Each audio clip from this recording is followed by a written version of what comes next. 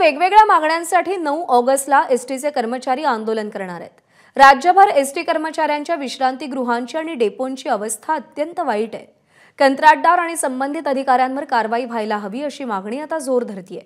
दरम्यान प्रशासनासोबतच्या बैठकीत तोडगा निघाला नाही तर तीव्र आंदोलन होईल असा इशारा एसटी कामगार संघटनेचे नेते श्रीरंग बर्गे यांनी दिलाय। माझ्याबरोबर एसटी काँग्रेसचे नेते श्रीरंग बारगे सर आहेत। बर्गे सर, पुन्हा एकदा विविध मागण्यांसाठी तुम्ही आंदोलनाची हाक दिली आहे, काय नक्की त्यामागचं कारण आहे? काय झालंय, एसटी कामगारांचा जो संप झाला होता मध्यंतरी, त्यावेळी जी वेतनवाढ दिली आहे त्या वेतनवाढीमध्ये खूप तफावत आहे, सेवा ज्येष्ठता पाळलेली नाहीये। तर आमचं म्हणणं आहे की सरसकट 5,000 रुपयाची मूळ पगारात वाढ करा।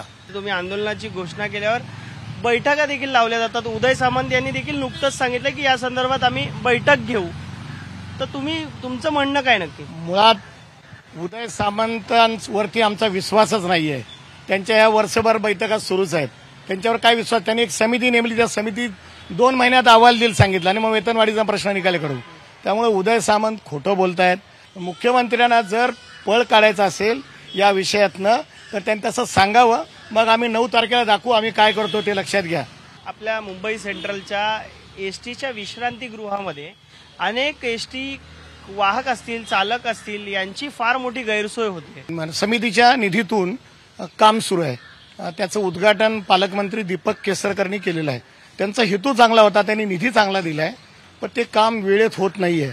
आज ते मेंढराच्या खुराड्यासारखे चालक वाहक एकत्र राहत आहेत, त्यांचे ना तिथे टॉयलेट बाथरूम व्यवस्थित आहेत। तर अशी परिस्थिती आहे आणि म्हणून त्या कंत्राटदारावरती कारवाई झाली पाहिजे, दुसरं एसटीच्या प्रशासनावर पण कारवाई झाली पाहिजे। या संदर्भात स्वतः मुख्यमंत्र्यांनी जातीनं लक्ष घालून चर्चा करून त्यावर तोडगा काढायला हवा, अन्यथा पुन्हा एकदा एसटी कर्मचारी हे मोठं आंदोलन पुकारण्याच्या तयारीत आहेत। कॅमेरामन मनोज जयस्वालचा मी अल्पेश करकरे, एबीपी माझा, मुंबई। एबीपी माझा, उघडा डोळे बघा नीट।